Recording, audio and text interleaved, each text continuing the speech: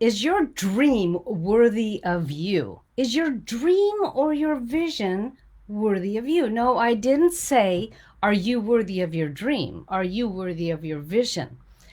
You see, this is Christi Karate, and today is Christi's Clarity, and today I'm going to give you some tips about how you can move forward in creating the life you live guilt-free, right? Guilt-free. So, this month we are studying, and look for my book here, I'm sharing with you from Christie's from my book Beyond the Box book.com. Can you tell I get excited? I love being here with you. Beyond the Box book, and we are in chapter 5, value. Was I prepared for this call? I just love being here with you guys. So it's on value. And today we're going to talk about 5 questions, and it will be posted here for you to download. 5 questions that you can ask to see if you are worthy of your dreams, but if your dream is worthy of you. Now, why would that be? Well, you are going to give up your time and energy to live that dream, right? And so is it worthy of you committing to the time? Are you worthy? Is your dream worthy and passionate enough for you to want to sacrifice? Remember, we've talked about the law of sacrifice. Sacrifice what is the hard parts of creating your passion, your dream, your vision into the world. So the question really is your dream worthy of you?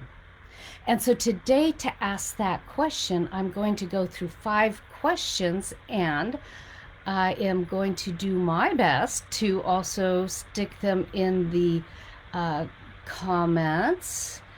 Okay, and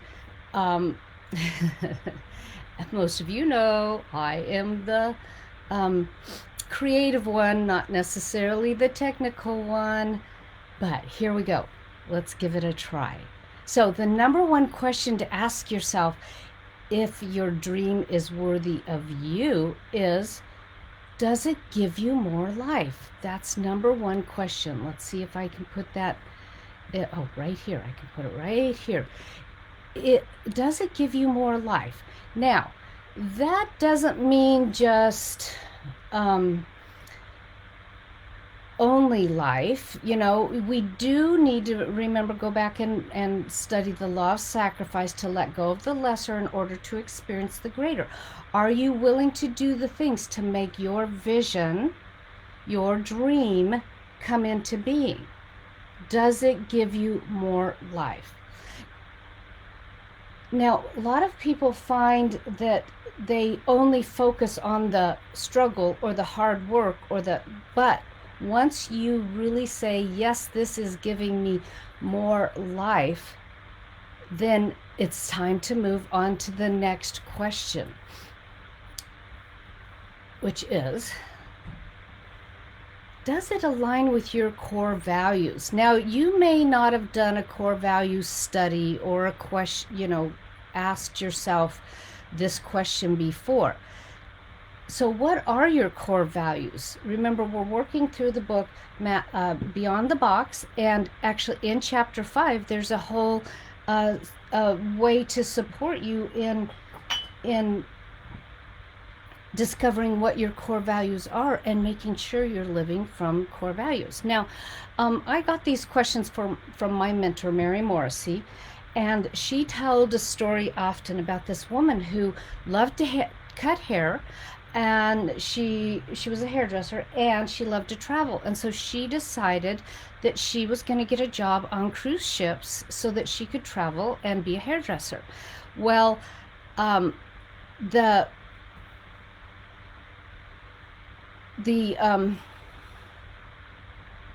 all these little notes and things like this, I'm just like, cheetah eyes, right? Catch my attention with these things. So the story goes, she wanted to get a job on a cruise ship. Well, when she went to apply for this, first of all, she found out that it was 3 to 6 month gigs to be on the boat for that long of time. Well, she was actually a young mother. And so that and family was her primary value, right? Family is one of my primary values. Kindness is the kindness, honesty, family. Those are my core values, right? And the top core values. I have others as well. And so what happened for her was that she realized family was her core value, and she said, so how else can I have summers off and be with my daughter, and how can I live my life to the fullest? And so she went and became a kindergarten teacher, and by the time her daughter was in kindergarten, she was a teacher and actually taught the class for her own daughter. So we can explore the core values, not just to find out how is best to live your life, but we can also do this so that we can see, to get answers, like what is my direction of fulfilling my core values. And next week we're actually going to do a deeper dive into looking at core values. But that's question number 2. Does it align with my core values? And then question number 3 is, does it cause me to grow? Now, I'm going to go into greater depth about this concept later in another Christi's Clarity, but you see, the universe is an expanding universe. We are expanding with that energy, and when we stop and don't choose to grow, choose to put our feet down and hold firm, the universe keeps pulling us to be our greater self, our greater self, our greater self. And it's just like trying to stand in the flow of a river. And that's what struggle is. So we want to make sure that whatever we do, if you've done it before, why do it again? You know, that's another thing I talked last week about, the law of creativity, right? The law of creativity, to create something anew. Don't do the same thing over and over again, right? And so does it cause you to grow is such a key component. Now, the next question is, does it require a higher power? And you can look at this several different ways. You can say, do I need to go out and get more education so that I can do it new? Do I have a higher power source, whether it's universe, universal laws, or if it's the divine or Buddha or whatever it is? Because this is part of our life purpose, is to align with our higher power and continually be moving forward. So ask yourself, does it require help from a higher power? And then the last question, and we will be sending this out as a link in the comments here, does it, oops, that's the same one, sorry. I have to copy and paste.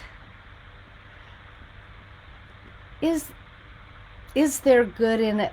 Does it have good in it for others? I did do that right. Does it have good in it for others? Now, that doesn't mean that you have to be in service. That has to be your life purpose. It just means every question you ask, you can say, does this have good in it for others? And to, wait at the stop sign so that other cars that are coming through have the chance to do what the requirements are so that we don't have an accident.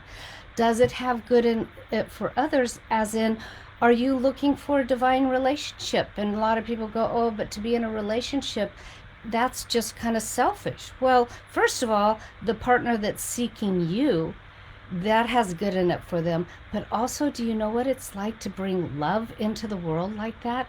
Remember last week, I think it was, we talked about the butterfly effect. Well, when you are in love, you actually create more of that energy. That's like the way that we can change the world the most, is through what vibration are we operating at. Okay, and so these are 5 questions that you can ask yourself about your vision, your life design, I like to call it, for if you are willing to invest your time and energy into bringing this vision in the world. Now, I'm going to jump off here in just a minute, but I want to tell you one more use of these 5 questions that I've found very powerful, which is you can actually ask these of any project you're working on, any decision that you are making. Once again, does it give me more life? Does it align with my core values?